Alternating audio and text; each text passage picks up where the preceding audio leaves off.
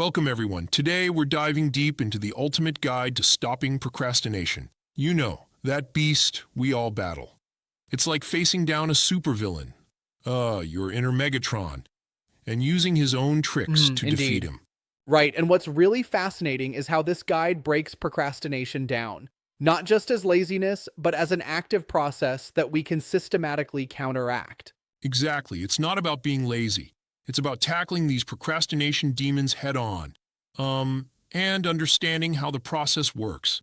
The guide, for example, draws a clear line between procrastination and laziness. If you're actively avoiding a task and then hurling excuses, you're procrastinating, unlike being passive because you simply don't care. Yeah. And there's this brilliant comparison where the guide calls procrastination a self-inflicted wound. Kind of like when you see your productivity structure crumble because you allowed distractions in. Right, like having a workspace cluttered with, say, your Nintendo Switch, or even just an overflowing pile of papers. It's been noted that people waste 4.3 hours a week just searching for misplaced documents. That's so true. Absolutely. So one of the key strategies discussed is optimizing your workspace to prime yourself for focus, removing temptations, and setting up a sacred zone for work. Yeah, and that naturally transitions into building up what they call the Megatron method. It has these 8 simple steps, starting with motivation. You actually have this equation that involves expectancy, value, impulsiveness, and delay. Right. I remember that. And the idea is that if your motivation is off, maybe because you don't believe you can excel at a task, or if the task seems low value, you might end up procrastinating more. Exactly. So if you increase your expectancy by building your skills, whether you're a writer or a public speaker, you set yourself up so you're more confident and less anxious about the task. Yep. And then there's this neat idea from Brian Tracy, eating that frog. Essentially, if you tackle the toughest or most dreaded task first, everything else feels easier in comparison. Isn't that just such a refreshing twist? Right, it's like, if you eat the frog early, you never have to worry about that looming monster all day. Much like vanquishing a mini Megatron first thing. That really shifts the day's energy. Now, person one thing that got me thinking was the origami technique. What's your take on breaking down tasks into the smallest possible steps? Oh, it's genius. Like, you don't get overwhelmed by the mountain, you just take a single step. Like folding one tiny part of an origami crane.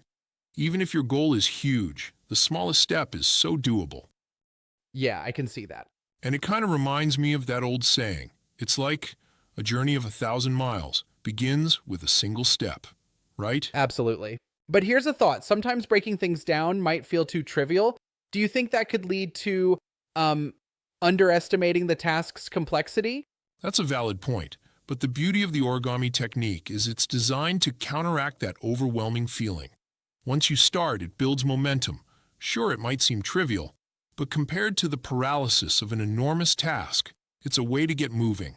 That makes sense. Moving on, another fascinating aspect is the 90-10 rule. Planning just 10% of your time can actually save you 90% of your effort. That's huge. Exactly. Think of it as a mini investment in time that pays off big time. It's like, setting aside 15 minutes up front can save you hours later. It's all about being smart with your Yep, time. very smart indeed. And then there's the whole approach to digital distractions, how our modern entertainment can sabotage our focus. The guide even lays out steps to monitor your recovery levels from these dopamine sinks. Yes, they break it into levels. Newbie, adventurer, and grandmaster. It's like a little scale that shows how deeply entrenched your distractions are. Right, exactly. It really forces you to check if you're in safe productivity waters or if you're drifting into the ocean of endless memes and social media. It's practically a wake-up call. Also, the inclusion of creating a not-to-do list is so clever. Instead of just stacking up tasks, you actively decide what you should avoid to keep your focus sharp.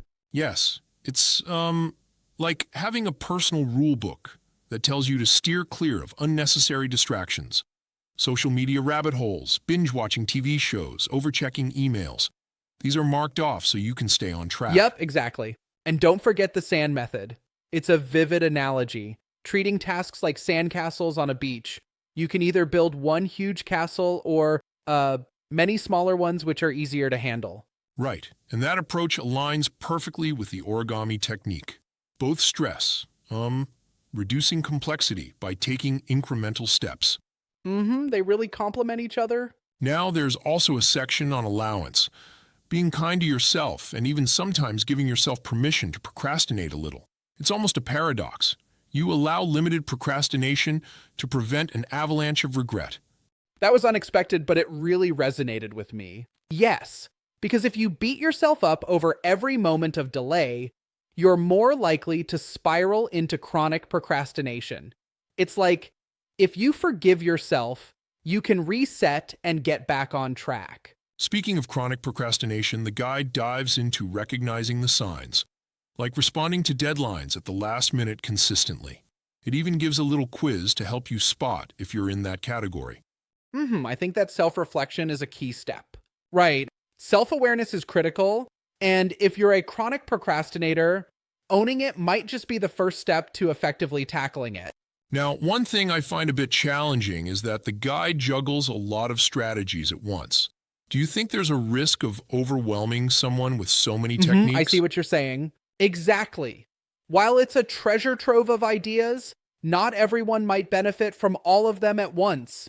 It might be more effective to start with one or two strategies, like optimizing your environment and breaking tasks down with the origami technique before layering on the rest.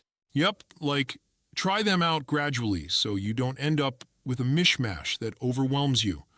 The guide could perhaps emphasize a step-by-step adoption more clearly. That's a fair critique.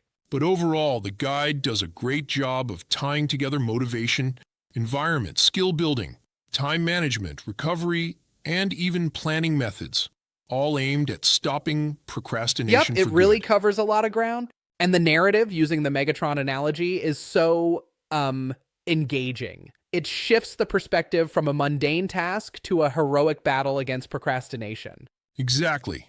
It's as if you're suiting up with swords and shields to take on this supervillain, your procrastination demon, in a bold, epic fight. Truly epic indeed.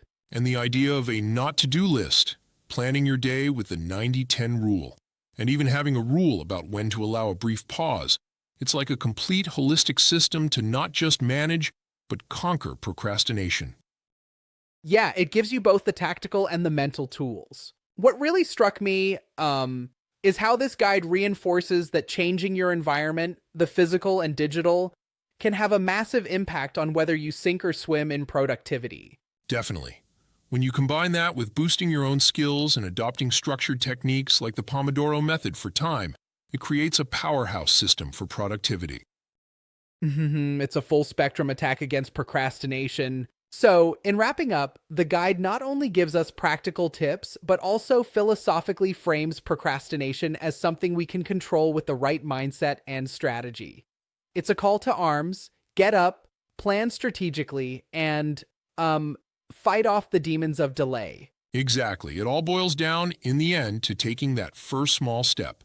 Whether it's setting up your workspace or committing to a 10-minute planning session and then building momentum. You got this, and remember, your inner Megatron doesn't stand a chance when you deploy these strategies. Yep, absolutely.